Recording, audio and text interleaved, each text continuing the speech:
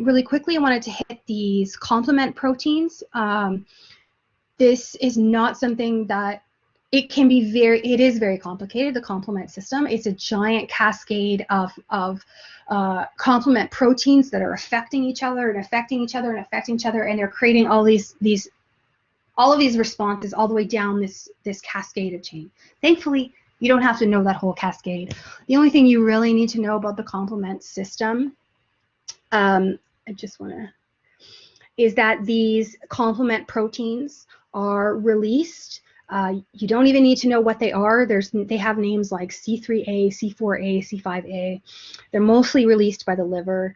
They're normally inactive. They're floating around in the blood. But when cell destruction occurs, they will also stimulate histamine release.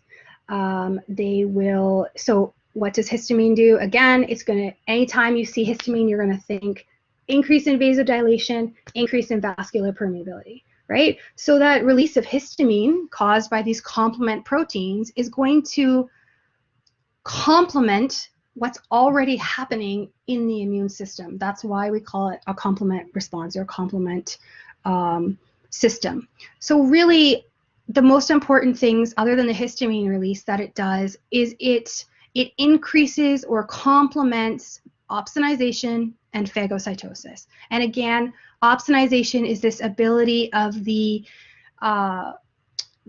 membrane of the white blood cell or the macrophage or what have you to attract those microbes, right? So that then it can then engulf them and go through this whole process of digesting them, okay? So complement system, great for opsonization, helps with phagocytosis, and again, it's going to complement this whole inflammatory process by releasing more inflammatory mediators like histamine.